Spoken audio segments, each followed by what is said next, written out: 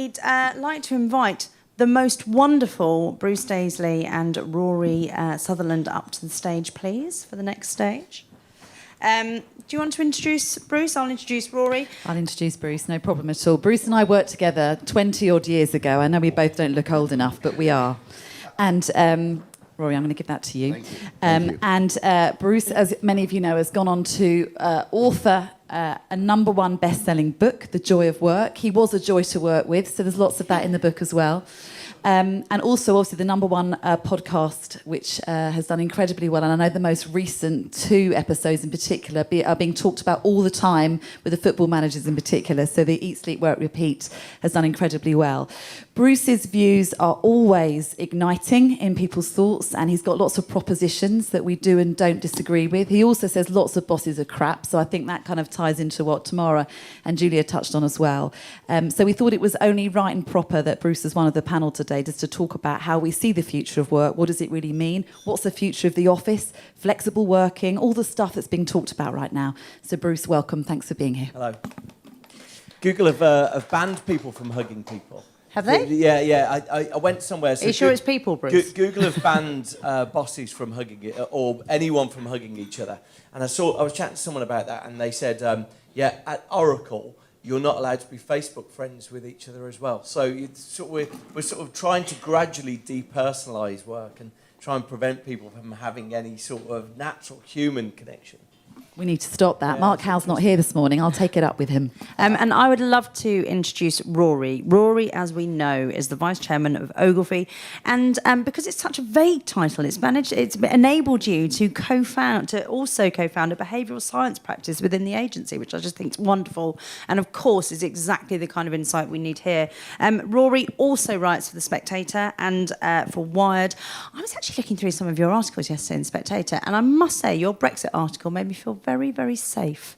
It really did. Yeah. It really comforted me. So thank you for that. Most recently, he's been writing The Alchemy, The Surprising Power of Ideas That Don't Make Sense, which I'm very keen to read. And I actually met Rory initially. We were both speaking in Montenegro, and I have to be honest, most of the people were quite simply only there for Rory. He literally held the audience in complete rapture. And I think the one person who perfectly sums up Rory is Tom Goodwin, who, if any of you know him, doesn't hold many people in particularly high regard, but actually refers to Rory as the one person that he loves and that he thinks that you're amazing. So we can all back that up as well. That. Now you do. Nice to know.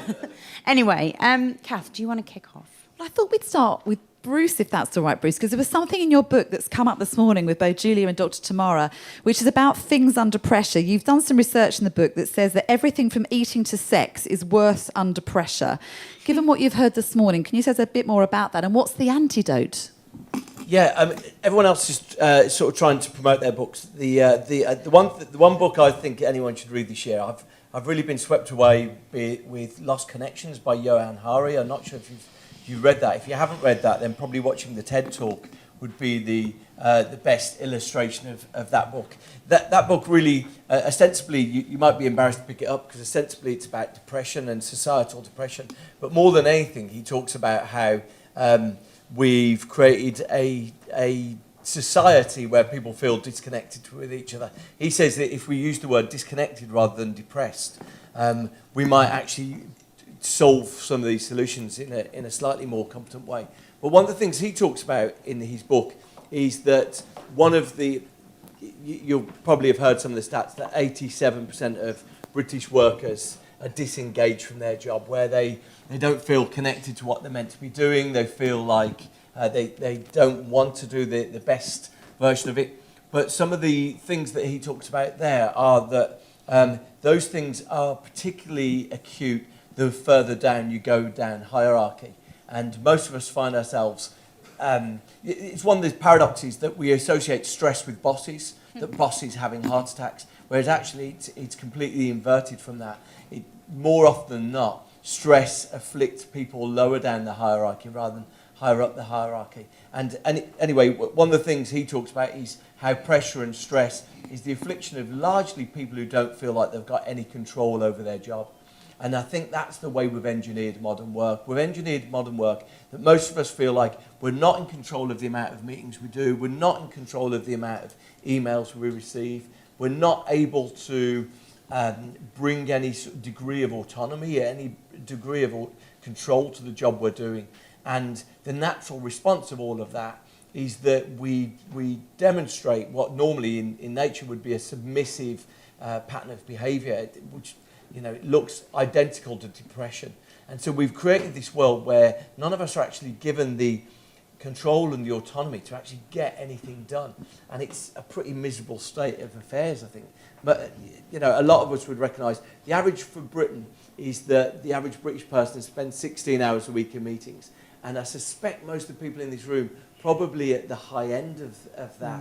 That, we find ourselves just going back to back into meetings where it's this remarkable dissonance, I think. If the child version of you was to observe how many hours of meetings, how many hours a week you spent in meetings, they'd be astonished. But then if they were to see how little attention you were paying in those meetings, they'd be sort of, what on earth's going on? It's like this sort of self-inflicted hostage situation where we go into meetings to pretend to look interested and try and feign interest. We're mortified when someone glances us looking at Instagram because we're trying to at least stimulate some sort of some life into ourselves. And so I think we've just created this existence for a lot of us, which is just deeply dissatisfying. So what do you think then is the answer to that? I mean, personally, I think that there's two sides to it. I think organisations really have the responsibility of looking at how they change that. And I'm looking at Tom in particular, who, has genuinely changed things over at Lab, looked at not only shortening their weeks down to 4 days, but also then within that, looking at how they operate things like meeting cultures, for example. I think that we also need to get a lot better as humans as well as individuals of not only understanding ourselves but really setting better boundaries in the first place, because then of course we can manage ourselves that bit better. And I've got a really great example. A friend of mine, he's an architect, and he's now said that when he works with clients, he sends a contract to them and he states in that contract he only answers emails between 11 and 12 every single day. Now, when he first sent out the first contract, he absolutely, should we say, bricked himself. And it was actually to someone that he'd marred all his life, Paul Smith, and it was his new client, and he didn't hear back from him for 2 days. And he was petrified he'd absolutely buggered it up. And actually he got back a response from Paul saying, this is one of the best contracts that I've ever seen. And I think the point of it being is that as humans in particular, where space is expanding so much and our capacity is expanding so much, we need better boundaries and to set that with each other. It's a curse of people who've got high power believing that what they can assert from high power is universally applicable. And it's a total illusion. And unfortunately, what happens is people who have got high status come into situations like this and they tell stories like that. And let me tell you, you go and tell people who've got 5 years career that story, it's completely unapplicable to them. It is of no use whatsoever. Here's one thing. I know Rory knows this Farnham Street blog. There's a really interesting behavioural science blog by a guy, and there's one thing that I'd ask you to read on there, which is the story of a company called Nucor. Nucor is a strange organisation. It's actually one of the most profitable steel manufacturers in the US, and it actually started out as a nuclear power company, which is why its name seems to be a disconnect with what it does. But anyway, Nucor discovered, and don't read the book about it, read the blog post on Farnham Street, The Knowledge Project, the blog is called. They talk about how they reach this realisation. They create steel from reused steel. So they say they create these things called mini mills rather than sort of smelting plants. But they realised very quickly that it was an illusion to have a marketing firm that ran across the whole of the US, and it was an illusion to do recruitment that ran across the whole of the US, and it was an illusion to deal with distribution across the whole of the US. So they empowered every mini mill to do all of those things themselves. And so their head office had 30 people. It's remarkable for a big organisation like that. because they realised that actually it was a total illusion, that doing things at scale makes them more efficient. And by doing things small, actually people just felt like they had control, autonomy, they did a much better job. It's this trade-off, scale versus people feeling like they can actually contribute something. And I think that's the curse of modern work. We've created big organisations that then spend, to Julia's point about 150 connections, the sort of Dunbar number. We've created organisations where the burden of trying to stay connected to so many people creates this gravitational pull that if there was any advantage of scale, it's completely wiped out by the fact that everyone feels completely disconnected from their jobs and feels like they have no autonomy. And so that new core thing, that blog post is like 2-page blog post, I think is such an inspiration for thinking about maybe the way that we've done things is wrong. I chatted to this brilliant architect, this guy called Bjarke Ingels, who's sort of regarded in many ways as one of the top 3 or 4 architects in the world. And he was talking about, he's designing the 2 new buildings, the Landscraper at King's Cross, the new Google building, and he's designing Googleplex in Mountain View for them.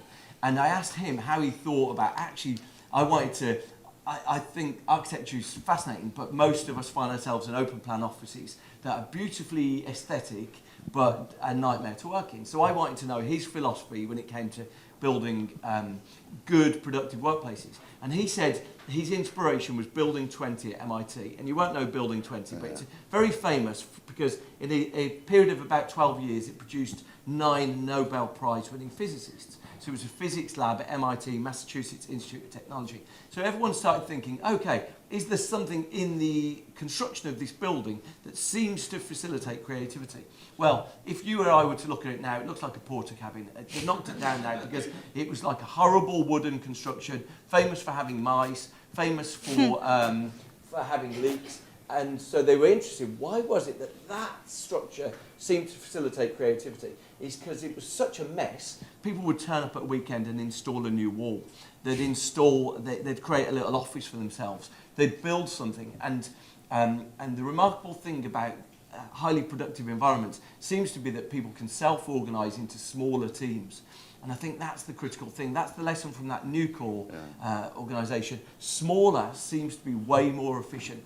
And the unfortunate thing is we live in a world with scale where we think unless we're big, we can't get anything done. And the thing that we compromise by going big is we compromise the degree of humanity, the degree of a sort of social connection that actually inspires and motivates us. Rory, we need to hear from you. While I'm finding out you're vaping on stage, which I think is flexible working to the max. Can I just say that? No, absolutely, no. A large number of our problems are actually collective nicotine withdrawal, if you ask me. Simultaneously and at scale, too dangerous. One of the things I would say is I think it's okay to blame tech, and I think it's vitally important that we do interrogate tech very heavily. And part of the reason for this, it suddenly occurs to me that I'm now in a vanishingly small percentage of the working population who remember life before tech, where 98% of work required that you be in a specific place. And it's worth remembering that Silicon Valley is a highly ideological project which has certain unshakable beliefs in efficiency and scale, and in particular in the removal of constraints. Okay, so I was in, I think it was Mountain View, in fact, and when you're in Mountain View, you actually see these tiny little miniature petrol tankers, gas tankers as they call them, driving around.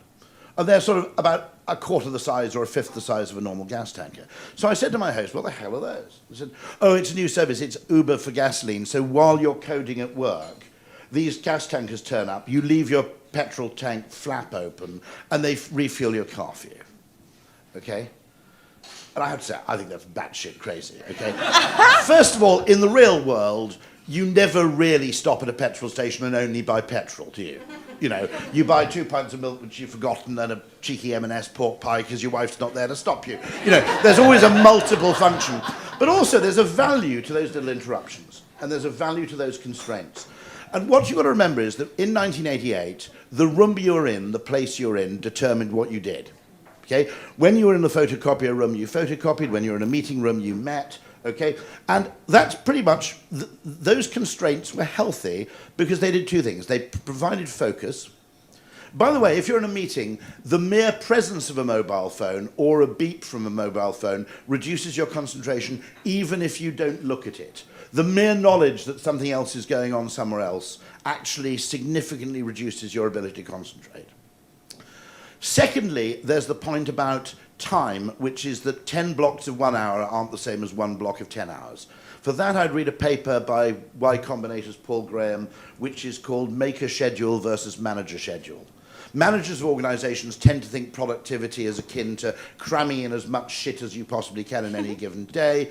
Anybody who's genuinely making something, what they need is large periods of uninterrupted time devoted to one thing only. This is why if you have a creative person and you put a half-hour meeting in the middle of their afternoon, they go batshit insane, because to you it's only half an hour, to them that's the whole afternoon ruined. Okay. So productivity is not actually what you might call fungible. Different units of time aren't actually exchangeable. But there's also a fundamental Silicon Valley assumption, and actually you see it in the book Microsurfs, where he said, you know, the whole purpose of technology is to make geography irrelevant. It's to enable you to do anything at any time in any place. And the underlying assumption, which is, again, very, very common, rather like the assumption that scale is automatically good, okay? These massive mental frames underpin huge amounts of business decision-making, and because they seem logical, they're very rarely questioned. What you've got to remember is that in any sort of board setting, okay, anything that's consistent with the theory of mainstream neoliberal economics has a very low burden of proof attached to it. You know, if you say the product's not selling, so we're going to drop the price, that's the kind of decision that's approved in about 17 seconds, because it's consistent with the overriding theory and mental frame that everybody adopts. If you said we're going to put the price up and do an advertising campaign featuring an animated dancing duck, okay, that will require about 6 months to justify, because it's counterintuitive. And so business decision making has been massively in the grip of these biases, where scale equates with efficiency and the removal of constraints is automatically a good thing. Now, what it probably is the application of mechanistic thinking to human behavior, which isn't appropriate in lots and lots of different ways. You know, the modeling of any organization as though it were a machine is a really, really dangerous mental model to adopt in the first place. But actually, constraints are good. And if you look at every civilized society, they actually artificially create constraints. The Sabbath, okay, which is something that practically every religion has created. I think you have a techno Sabbath, is that right, Julia? Which is it, Friday, Saturday, Sunday? It's Friday. Friday. Yeah.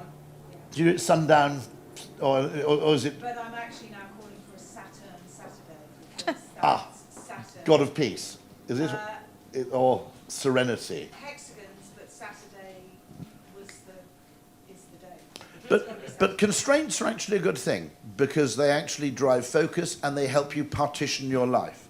They also help solve the coordination problem, which is it's much better for everybody to take a day off on the same day for social purposes than for everybody to take a different day off. So they solve two problems. They solve the partitioning problem and the coordination problem. And that, I think, is something, if we want to actually benefit from technology rather than allowing technology to rule us, one of the things we've got to increasingly look at is, and I've just written a piece for Wired about this, the partitioning of the working week. So whatever percentage of your working week has to be done in the office, okay, it's now less than 80%. I think it's fair to say, okay? Less than 80% of your work is both place-dependent and time-dependent. Now, that doesn't benefit us at all if everybody's effectively doing different things at a different time. If, however, you drive everything that's non-location specific towards a Monday or a Friday, say, or a Wednesday or a Friday, and everything that's location specific towards 3 remaining days, you create a spectacular amount of additional freedom just in terms of the work that people can do, the fact that different blocks of time are devoted to different activities, because as Julia pointed out, we lose a certain number of minutes every time we flip from one thing to another. So that partitioning effort would be hugely valuable, not only in terms of work-life balance, but simply in our ability to perform work. You know, video conferencing, by the way, I think is important. I've talked to Zoom and I said, the great mistake you guys made is you positioned yourself as the shit, cheap alternative to air travel. The way you should sell yourself is as the vastly superior alternative to email. Okay, you picked the wrong enemy, in a sense. But I think there's something there where if we actually look at intelligent partitioning of the working week, where different days are actually dedicated to different forms of interaction. One thing that drives me absolutely insane is that essentially when I'm in the office, okay, the only reason to be in an office in 2019 is to talk to people. Every moment I spend talking to people effectively brings me, every hour I spend doing that, effectively brings me an hour of unpaid overtime in dealing with the emails that are coming in during that period. You know, it's not a great trade-off. Now, the other thing that drives me crazy is people who come into the office at the busiest time of day on the tube and then spend 2.5 hours doing their email on a screen which would look no different anywhere else on the planet. So if we can learn to divide our time better and actually to say that constraints can be good and that actually every time technology comes along, it will remove constraints and actually our job is to replace some of them, even if it requires a kind of artificial rule-based setting, I think we've got to learn to do that. Because Silicon Valley's view is that if you give everybody freedom to do everything at any time, in any place, that some sort of optimal thing will emerge. It doesn't. Rory, can I just ask you and Bruce then, in that case, what does not always being on or partitioning, as you're saying, what does it cost you as leaders and what does it afford you in reality? What have you experienced in practicing in this way? It doesn't cost me anything. By the way, I mean, I always use this phrase, I need flexible working, not just for mental health and work-life balance. I need flexible working to do my work. Just in case you think this is really new, David Ogilvy never wrote a single thing in the office, okay? All his ads, all his body copy, all his books, all written at home. Couldn't work in the office, too many distractions. He understood essentially make a schedule, manage a schedule, and he realized when I'm in the office, I talk to people, I manage them, I do lots of things in series. When I go home, I focus on one thing and one thing only. And I don't think this is anything new, the fact that different people require different settings in which to do different kinds of work. It used to be something we didn't notice because it was an automatic product of our environment. We now need to actually recreate it. But he was a boss, right? So to Bruce's point, fair point, if you're not the boss, how can someone get a more David Ogilvy style of working if you are 5 years in, let's say, at Twitter? Yeah, I mean, For example. for me, is that on? For me, it's all about trying to create norms where the low status people can back out of things. I think one of the most pernicious things that definitely happens in a lot of Silicon Valley firms is weekend emails. And we used to have a situation at Twitter where Twitter has ups and downs, and the consequence of that was that we burnt through people very quickly. And we had this situation where about 4 years ago, the reason why I became so fascinated with workplace culture was trying to fix what had gone wrong at my organisation. And about 4 years ago, we saw about 40% turnover across the company really, but 40% in London. And we were presented with this thing where people were resigning with no job to go to. And it forces you to ask big questions. You know, if we've got one of those jobs that's meant to be an aspirational, desirable place to work and people are leaving with no job to go to, there's obviously some big disconnect between the experience of the job from the people who are doing it and the promise of the job that we're projecting to the outside world. And we started looking at it, and a lot of it was down to norms that we'd allowed to creep in. So weekend emails were incredibly common. And the consequence of that is that people feel like there's no escape, that work's following them round. Like those, you go and look at something on the internet and then those ads follow you everywhere. But it's like that, but in your job. And so people were finding that they just couldn't escape work. People were asking you to just quickly fill in something, just quickly, can you just give me a quick answer on this by end of play Sunday? And it's just, those norms create a exhaustion in people that ultimately workers are presented with the choice, do I stick around for this or do I leave? But by the way, I mean, another Silicon Valley assumption, and there are lots of them, and they're kind of axiomatic, is that instant is better than delayed. I would like 99% of my emails to take 2 hours before they're sent, okay? Or to have, by default, a deferred sending at the weekend. There's a famous case of a boss who was very keen on fell walking. And so his approach to the weekend was to get up early on Saturday morning, fire off a load of emails, and then spend the rest of the weekend in stout footwear, marching around on hills. And it was 2 years later where all his underlings, in other words, the rest of the board, pointed out to him, you realise that when you do that, you ruin our entire weekend. Now, he was doing it merely so he could spend the weekend fell walking. He wasn't really intending the emails to arrive or be read until Monday morning. But, I mean, by the way, the greatest tech shame is that email hasn't improved, that no useful functionality has been added to it. They're just starting to add that scheduled send, the ability to delay sending. But by default, if you send an email on Saturday, it shouldn't arrive until, sometime on Monday at random. No, seriously. That should emphatically be the default. And the fact that it's instantaneous is an assumption, okay? If you think about it, batch processing, the single greatest thing you can do to improve, apparently, your workplace productivity is to massively reduce the frequency with which you check your email server. So actually the Victorians, where the postman arrived 4 times a day, kind of had it right. You devote 4 chunks of your day to dealing with this crap, and then you get on with the rest of it. You spend writing, The Origin of Species or something. The Victorians had it much better. Yeah. Can I just ask the audience, how many of you have your notifications switched off, as in on a regular basis? So quite a good amount of you, because I personally have found that's made a huge difference when I'm away or flying or something, that I don't actually get that constant nagging reminder. So that's worked for you, Bruce, isn't it, for certain? Yeah. Can I ask both of you a question? You are both obviously brilliant bosses, and I think you touched on this, Bruce, about the fact that someone who's got 5 years' experience obviously doesn't have quite as much control as someone who is a boss themselves. As bosses, what do you think is the one thing, and I appreciate it's a very big question, but one thing that we can be doing differently to be better leaders in order to get the best of our people now? For me, I saw Elon Musk talking just a few months ago, and he said the secret of success is working 120 hours a week. And he said, unless you're working 80, you're pretty much not showing up.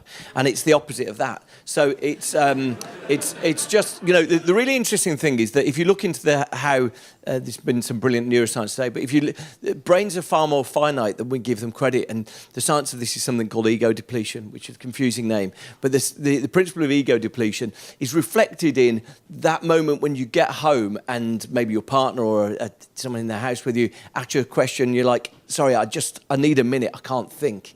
Because our brains are far more finite, they're far more zero-sum than we give it credit. And the more that we recognise that in the way that we work, the better. So all I've tried to do at my workplace is sort of model that 40 hours a week is enough work, and that people should never feel ashamed of stepping away from their desk because they feel like they can't get things done. And if you try and model that, it tends to at least create the context for people to have discussions on it. I think there's a huge problem where people aren't really sure what they're achieving because the modern work world is highly complex. It's not like being a carpenter. If you look at people who actually produce manufactured goods, they don't work massive hours because they're fairly confident in the value of what they produce because they can see it. When you don't know the value of what you produce, your natural default is just to do whatever feels like hard work. And we're not very good at judging, by the way, the difference between what's difficult and what's productive. Because if it feels difficult, we think it's productive. Now, I'll give you a classic example of this, which I had to explain to the video conferencing industry. I said, do you realise that if you think about it, when you go on a boat at 35 miles an hour, you kind of go, wee, this is really fast, isn't it? It's exciting, okay? Now, if you go in a car at 35 miles an hour, you don't do that, right? You don't go, wow, what a white knuckle, unless you're a Labrador. Unless you're a Labrador and you stick your head out of the window, you don't generally go, what a white knuckle experience.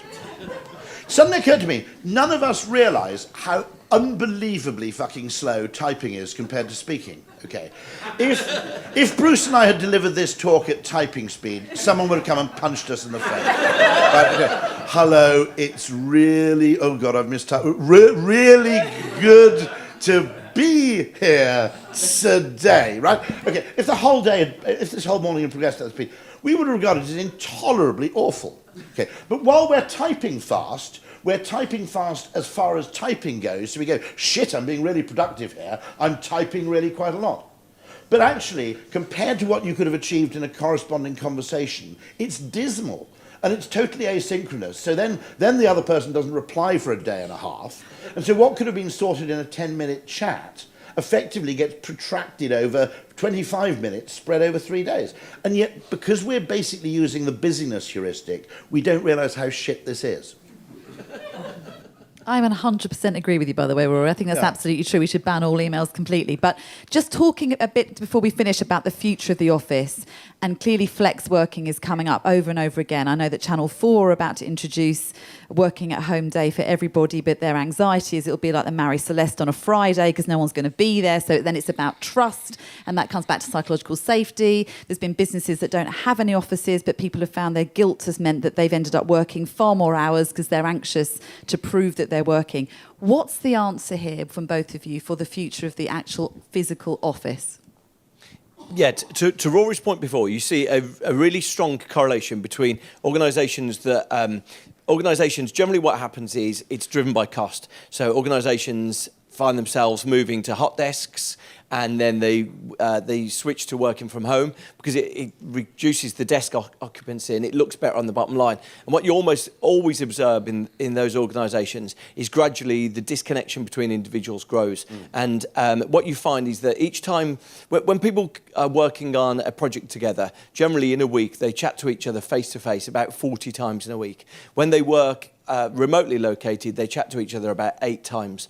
And if you presume that each one of those conversations is in service of the work being better, more coordinated, you're sort of refining it, then you lose a big element of that work being done together by people being remotely located, and it feels disconnected. You can recapture that by saying, okay, when you're in the office, you don't look at a screen except for 2 hours a day. So your office time is maximising face-to-face opportunity, your home time. My ultimate dream, and I have to set an example here, is to create an office of twats. I don't know if you know the acronym. It stands for Tuesday, Wednesday, and Thursday, just in case you wondered. Okay.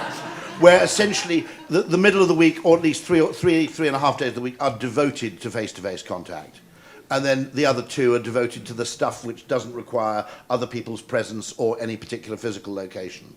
And it's also, by the way, increasing, so much of our work is actually in a different time zone that I've begun to have this debate, which is, to be honest, time you're prepared to spend at 7 o'clock in the evening at home is more valuable than time you're prepared to spend at midday on Friday. So we have to ultimately, in another 3 years, have a debate about what the working week looks like in its entirety as well. Amazing. Thank you. I thought that was pretty awesome, actually. Thank you, guys. That was incredible.